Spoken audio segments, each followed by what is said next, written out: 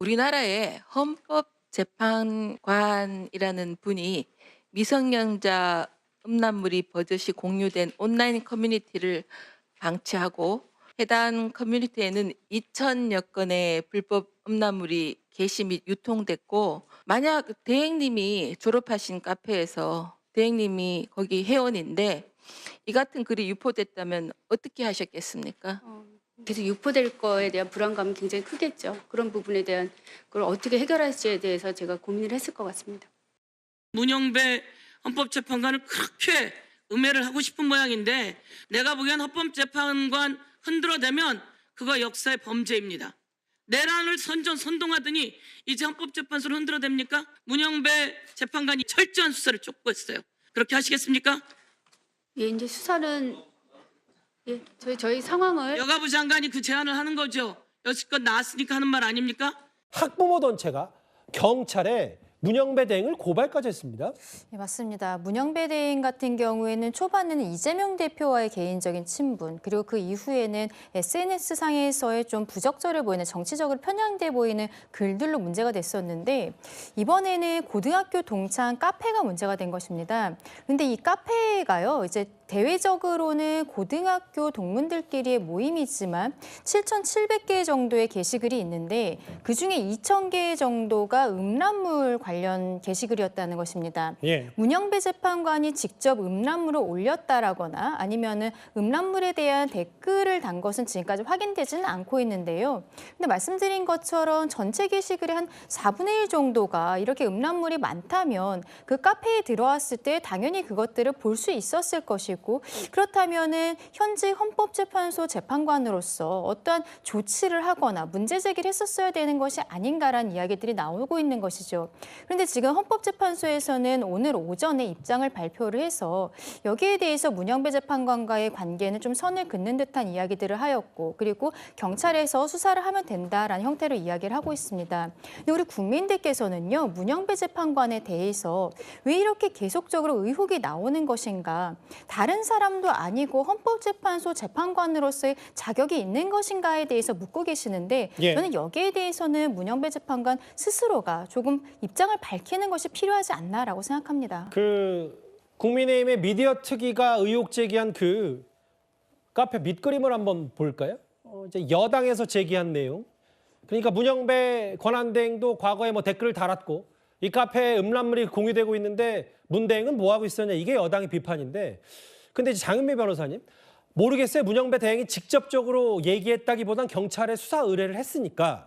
근데 저게 조작이라는 얘기는 무슨 얘기 때문에 조작이라는 거예요? 일단 이 부분과 관련해 가지고 본인이 올리지 않은 부분까지 올린 것으로 보인다는 흔적이 있다는 의혹이 제기되는 것으로 보이는데요. 잠깐만요. 무슨 말인지 잘 간명하게 말씀. 예, 그 부분까지 경찰 수사로 좀 밝혀질 부분이 있을 것 같고, 지금 예. 조작이다 아니다 뭐 단정하기는 다소 좀 어려운 부분은 있는 것 같은데, 예. 다만 이건 상식선으로 접근을 하면 될 것 같습니다. 예.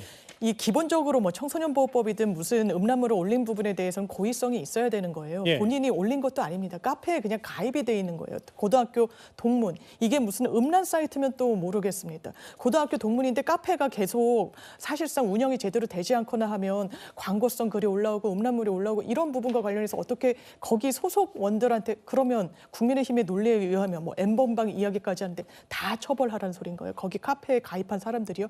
이건 의도가 분명한 정치적인 사실상 공세 아니겠습니까? 예. 헌재를 흔들 수 있습니다. 문제 제기할 수 있지만 이렇게까지 과도한 논리적인 접근을 하는 건 서영교 의원이 이야기한 대로 역사에 어떻게 기록될지 좀 자중하시기 바랍니다. 근데 이현정 의원님, 이제 오늘 여당에서 얘기한 부분, 뭐 음란물 공유를 방관하고 대행이 뭐냐, 지난번에 이재명 대표 친분 혹은 우려원 연구에서 본인이 가장 왼쪽에 있을 거라 등등 좌편향 말고 이 부분 때문에, 그러면 이제 국민의힘에서 하는 얘기를 왜 이거 허위고 흑색선전이나, 아니 민주당이 문영배 권한대행이 어떻게 카페에서 뭘 했는지를 어떻게 알고 민주당이 왜 문영배 권한대행을 다 조목조목 해명해주고 반박하냐, 국민의힘에서 뭐 이런 얘기까지 하더라고요. 그러니까 이게 이제 자칫 지금 문영배 대행을 마치 이제 민주당이 뒷배가 되는 것처럼 뭔가 이제 이렇게 하다 보니까 오히려 오해를 더 사는 거예요. 사실 민주당은 이 문제에 대해서 별로 그렇게 뭐 개입하거나 오히려 안 하는 게 훨씬 더 나을 겁니다. 예. 그리고 저는 뭐 이거 지금 문영배 대행이 직접 이게 뭐 이 카페에 가입해 있다는 그 이상 사실은 저 분이 올린 분이 제가 알기로는 무슨 뭐 이 자동차 영업을 하는 분인데 그 아마 고등학교 이 진주에 있는 고등학교입니다. 한 고등학교인데 거기 동문회에서 아마 그런 카페에 본인이 이렇게 많이 올렸는데 글쎄요 그게 뭐 저기 카페에 있는 많은 분들이 저게 그냥 가입돼 있는 분들이 책임을 지는다는 것도 그것도 좀 문제지 않습니까? 제가 예를 들어서 어디 가입돼 있는데 거기에 많이 올라왔는데 제가 그걸 뭘 아예 들어가 보지도 않는데 이제 저런 거 했다는 건 문제가 되는데 워낙 이제 문영배 대행이 이제 헌재 소장 대행을 하고 있으니까 이제 문제가 제기되는 것이고 오히려 민주당은 저기서 제가 볼 때는 하지 않는 것이 더 오해를 하는 거지. 지금 모든 문제가 나면 자꾸 민주당에 나서서 뭔가 문영배 대행을 감싸려고 하는 거 저는 그 자체가 오히려 더 오해를 사지 않나 싶습니다. 최진봉 교수님, 이런 부분이 있어요. 지금까지 아마 문영배 대행이 여러 뭐 여당의 비판 혹은 여러 가지 것들에 공식 입장을 낸 건 두 가지였어요. 그러니까 모친상 문상하거나 조의금 낸 사실 없다. 뭐 사실 그 이후에 SNS를 10년 전에 SNS 메시지 주고받았다는 것도 얘기가 나왔었고 적극 수사해달라. 아예 문영배 권한대행이 본인이 이제 경찰 수사를 의뢰한 상태입니다. 그렇죠. 왜냐하면 저거 빨리 찾아는 처벌해야죠. 누가 올렸는지 모르지만 저거 올린 사람 처벌해야지. 당연히 처벌해야 한다고 저는 보고요. 저게 또 해킹도 됐을 가능성. 예를 들면 아까 뭐 장미 변호사 잠깐 언급을 했지만 카페 같은 오래 운영을 안 하게 되면 모르게 들어와서 또 광고나 이런 사람들이 올리는 경우도 많이 있거든요. 그런 경우도 있을 수 있으니까 저는 철저히 조사해서 저는 불법적 행동을 한 사람 다 처벌한다고 생각을 하고 예. 민주당이 왜 나설 수밖에 없는 이유를 제가 설명하면 이런 겁니다. 지금 저렇게 해서요. 지금 국민의힘의 의원들만 얘기하는 걸 그대로 나가보세요. 예. 국민들이 어떻게 받아들이겠습니까, 이거를. 근데 문영배 권한대행 입장에서는 적극적으로 저걸 해명하는 순간 본인이 또 그 중간에 서 가지고 헌재 재판하는 과정에서 여러 가지 논란을 불러일으킬 수밖에 없어요. 예. 그러니까 본인 입장에서는 수사 요청하거나 아니면 해명 한 줄로 끝날 수밖에 없는 거잖아요.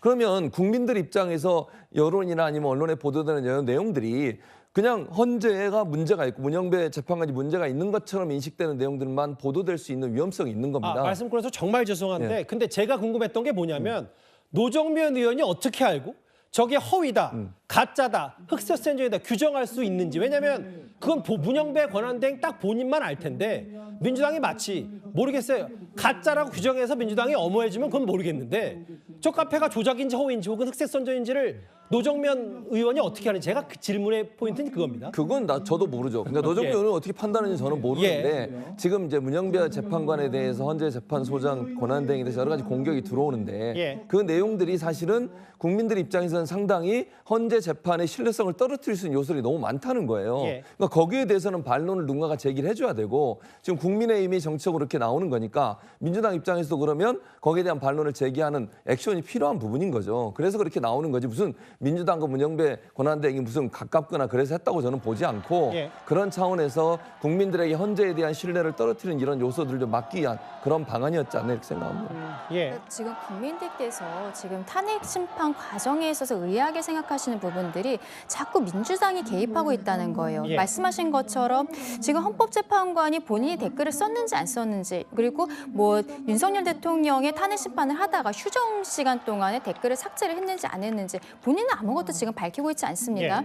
그런데 민주당에서 공식적인 채널을 통해서 그거 다 가짜뉴스다라고 이야기를 하는 거예요. 그런데 그 이전에도 보면은 지금 곽정근 사령관이라든지 그리고 김현태 707 단장, 홍정원 처장이라든지 이런 사람들이 어떠한 대한민국의 본격적인 수사를 받기 전에 항상 민주당 의원들과 접촉을 했었다라는 거. 이것들이 드러나면서 국민들께서 진술이 오염된 것이 아니냐라고 생각하는 거 아니겠습니까? 이번 탄핵 심판 과정에 있어서 민주당이 너무 깊숙이 개입하고 있다. 그리고 그 과정에 있어서 오늘 오전에 나왔던 노정면 대표의 그 원내 대변인의 저런 입장문이라는 것이 어떻게 팩트 체크를 한 것인지 다시 한번 밝혀야 된다라고 말씀드리고 싶습니다.